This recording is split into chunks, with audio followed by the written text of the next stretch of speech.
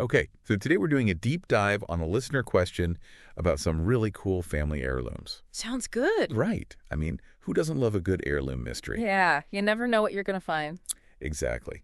Our listener today, they've got these porcelain figurines that they inherited from their grandmother. Mm-hmm. And they were like kind of these like bookends, on the mantelpiece. Nice. Yeah, always a prominent feature in their grandma's home. So obviously sentimental values through the roof, but There's a bud. always a but. Yeah. There are no markings on these things. Okay. New maker's marks, no country of origin, nothing. So they're kind of stumped. They want to know, like, what are these things? Where did they come from?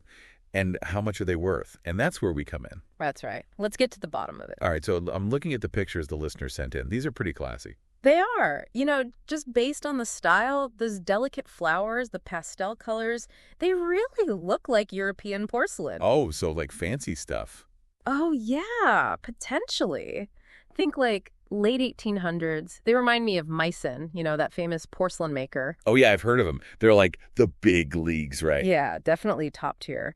And their style was like the thing to copy back then. So lots of other makers across Europe were making pieces that looked just like Meissen. So our listeners' figurines could be like the OG Meissen, or they could be like an awesome copycat. Exactly. But there's a twist. You see how the porcelain is joined at the base? That technique wasn't common until, like, the mid-20th century. Oh, really? Yeah, plus no markings. That usually means they were made more recently, too. Huh.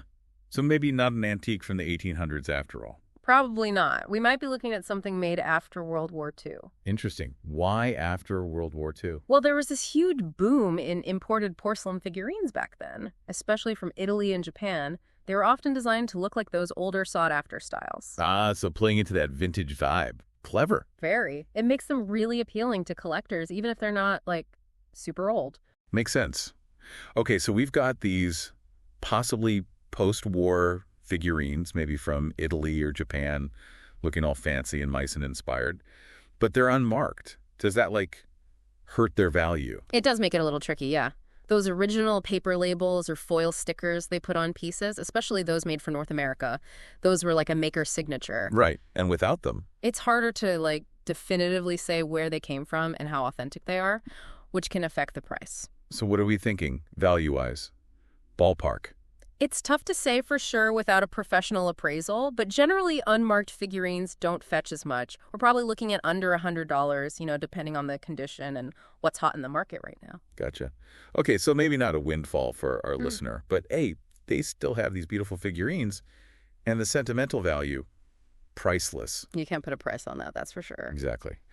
Okay, so let's recap for our listener. We've got these gorgeous porcelain figurines, probably made after World War II, maybe in Italy or Japan. They're giving off those classic Meissen vibes, but no markings. Right. So, value-wise, might not be a gold mine, but the history, the connection to their grandmother, that makes them truly special. Totally. And who knows, maybe there are more clues out there, right? Maybe. Like, what if our listener digs through some old photo albums? Maybe they'll spot these figurines in the background of a family gathering or something. Or, hey, maybe grandma kept some travel souvenirs from Italy or Japan. Or even, like, letters from friends who lived abroad. Right. Or they could, go full-on detective mode and try to match the style of the figurines to specific makers from that era. Yes. There are tons of resources online about porcelain marks from different countries, manufacturers, all that jazz. Exactly. It's like a treasure hunt waiting to happen. And who knows, maybe they'll uncover a whole other layer to their family history. Yeah. Cool, right. Totally. All right, well, there you have it. Hopefully this deep dive has given our listener a good starting point for their investigation. Good luck with your treasure hunt, and let us know what you find out. Yeah, good luck. We'll be back next time with another deep dive into history's mysteries. Until then, happy hunting.